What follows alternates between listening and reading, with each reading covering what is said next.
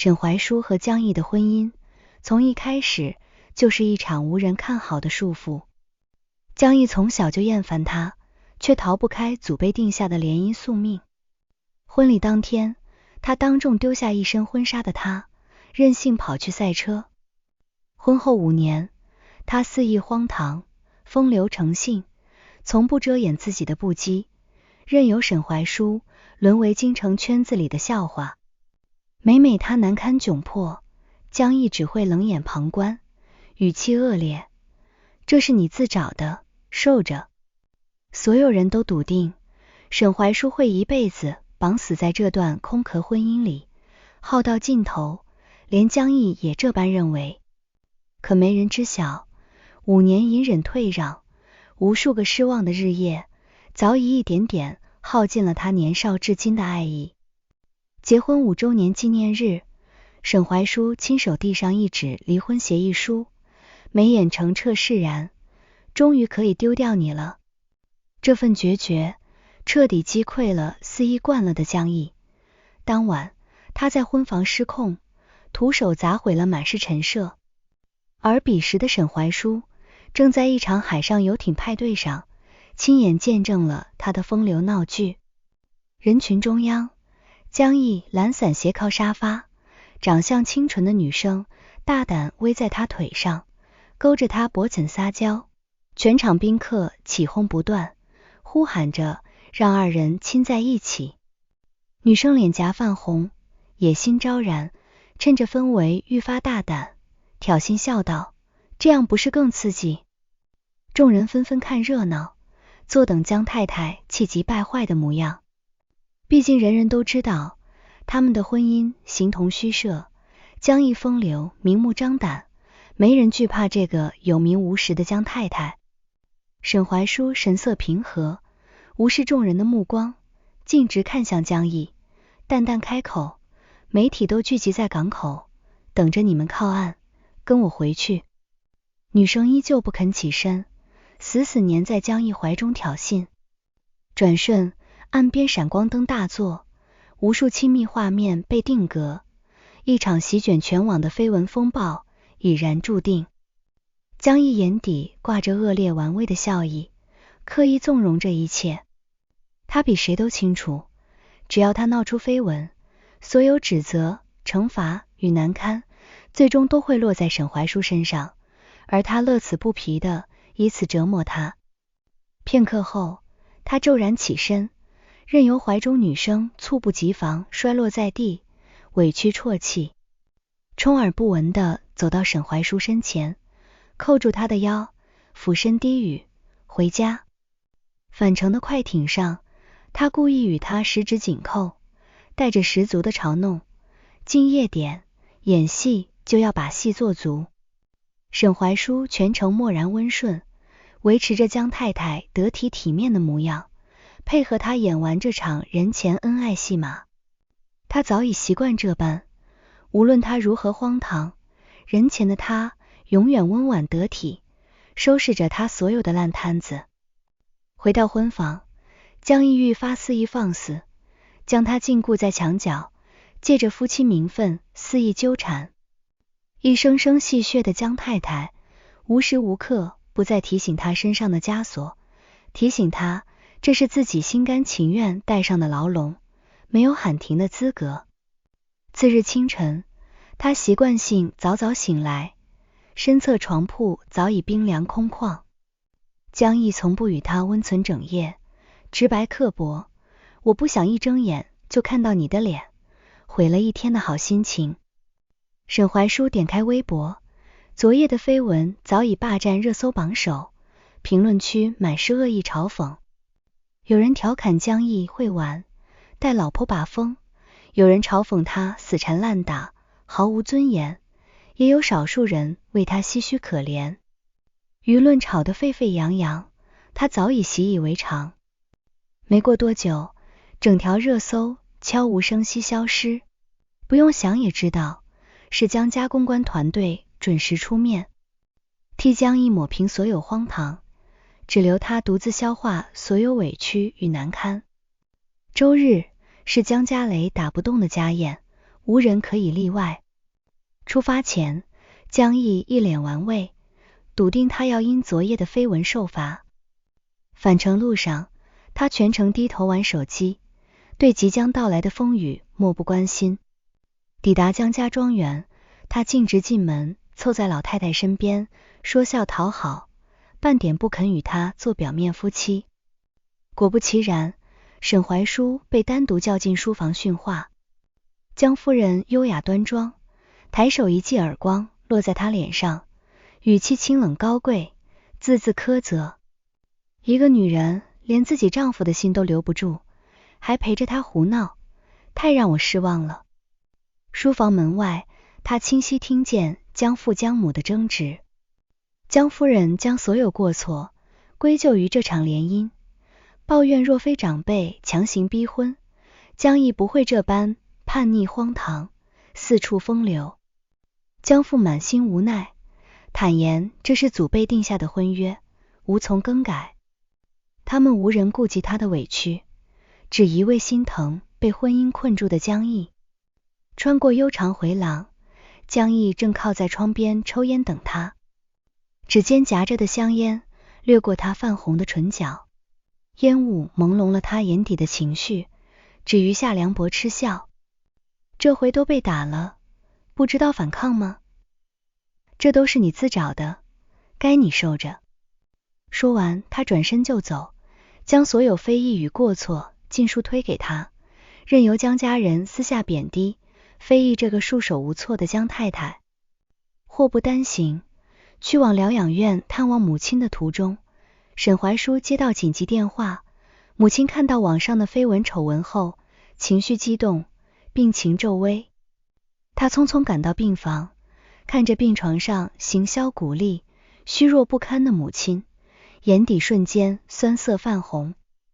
這些年，他在江家受盡委屈，卻從未在母親面前表露半分，一直裝作過得安穩幸福，只為讓母親安心。母親奄奄一息，滿是愧疚地握住他的手，後悔當初執意促成這門婚事，毀了女兒的人生。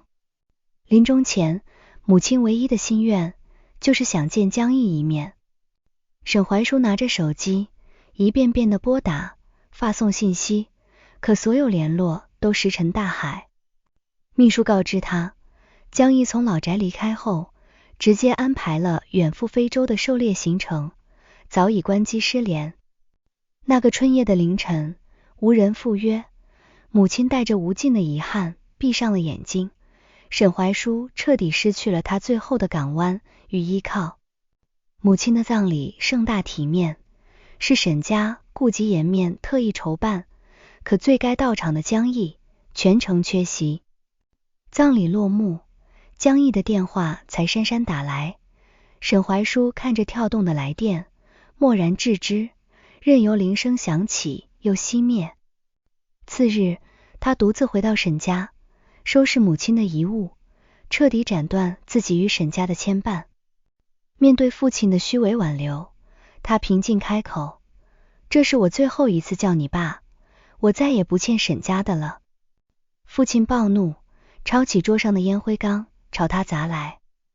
千鈞一髮之際，久未露面的江毅骤然出現，將他護在懷中，硬生生用肩骨扛下重擊，紗布瞬間被滲出的鮮血浸染。車內氣氛死寂壓抑，這是5年婚姻裡江毅第一次帶着誠意認真道歉。抱歉，出去後一直沒開機。話音未落，他的手機再次響起，聽筒裡傳來林啟月嬌嗔的控訴，抱怨他將自己獨自丟在非洲。江毅不耐敷衍，卻並未徹底斬斷糾葛。很快，他與林啟月在非洲親密相伴，持槍同遊的照片傳遍全網。看着那些刺眼的畫面，過往舊事盡數翻湧。他想起倫敦那年，他萬里奔赴尋她，卻撞見林啟月闖入公寓，撞破2人親昵場景。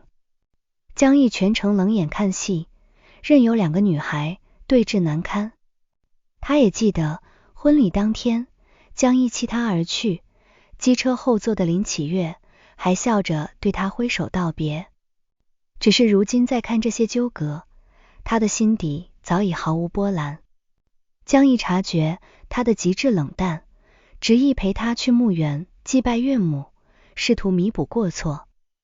墓園微風靜謐，二人難得擁有一段平和的時光。江毅忽然提起年少時常去他家吃的蔥油麵，輕聲感慨以後吃不上了，眼底藏着不易察覺的落寞與遺憾。可這份溫情轉瞬即逝，手機藍牙接通，林啟月的撒嬌催促再次傳來。江毅刻意不避開他，坦然應對曖昧拉扯。返程途中，他甚至故意提速，讓車身驟然失重，看着他身形不穩，肆意宣洩着莫名的煩躁與戾氣。次日清晨，江毅留宿婚房，言語輕浮，句句調侃。車庫偶遇時，他故作溫柔試探，依舊改不了骨子裡的張揚荒唐。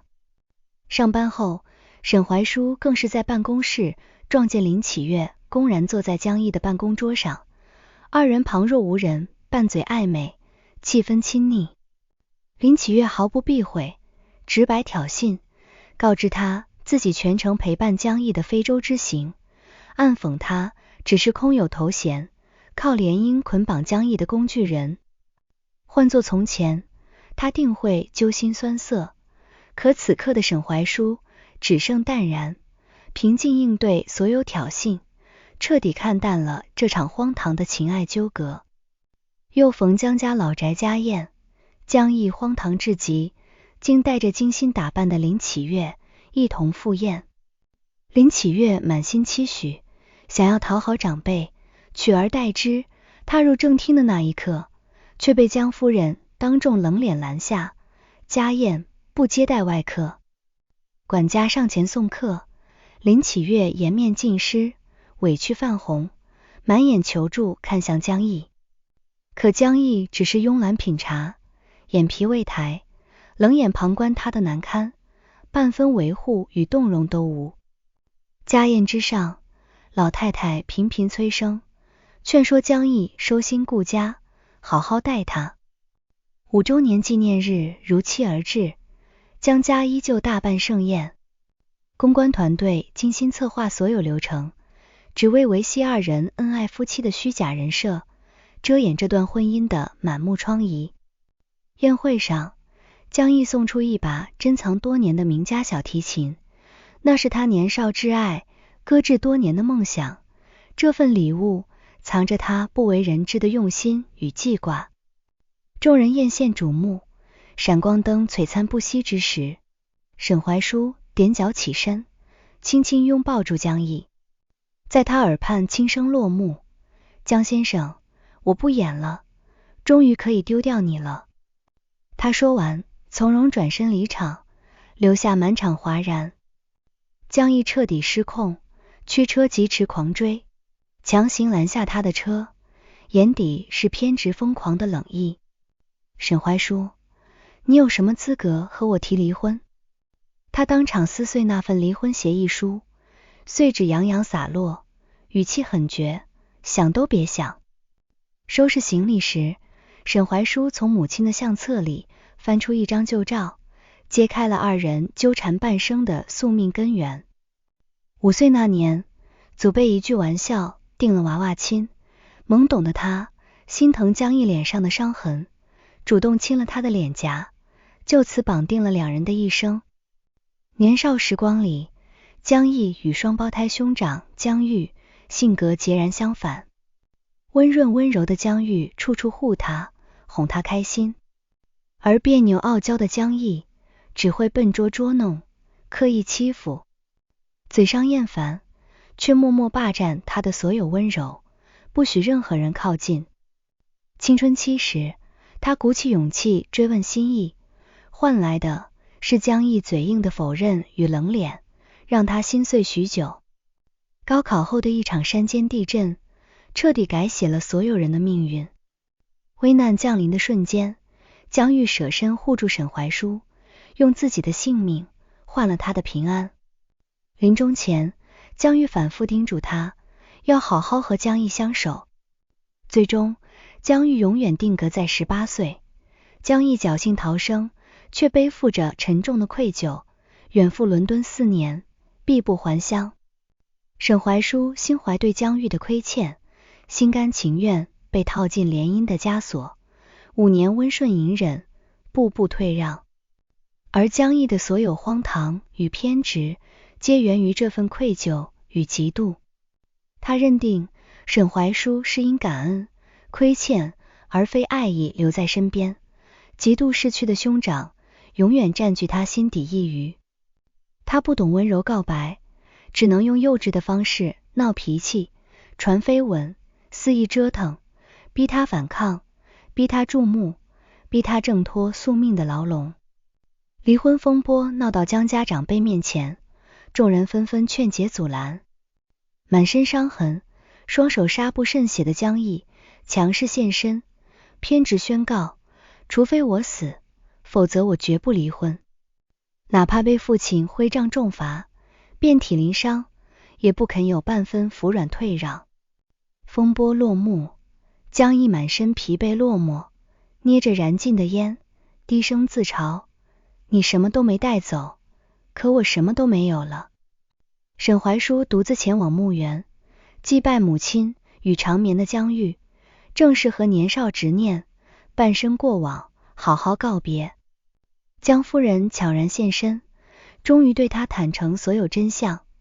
姜毅半生乖張荒唐，從來不是無心無情，只是太過彆扭幼稚。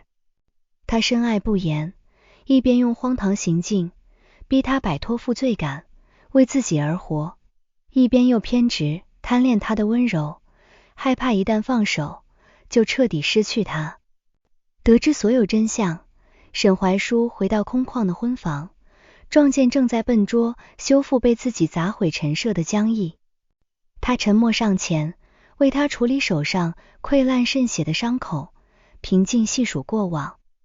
他年少心動，千里奔赴，默默陪伴，愛意綿長，從未缺席。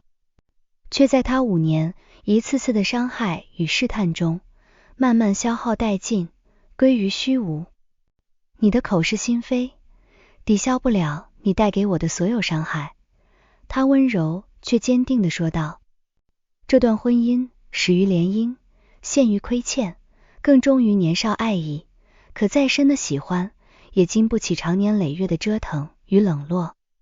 姜毅徹底慌亂，紅着眼眶，笨拙解釋，自己從未愛過旁人，半生荒唐，只為換他一眼，只為逼他解脫。可一切都太晚了。沈懷書眉眼釋然，我想做回沈懷書了。他不再想被困在姜太太的身份裡，不再糾纏於愛恨對錯，只求自由新生。立秋之日，二人如約前往民政局，結束了5年的假面婚姻。時隔3月未見，姜毅褪去了滿身張揚戾氣，多了幾分沉穩內斂。離婚證蓋章落幕，所有糾葛一朝清零。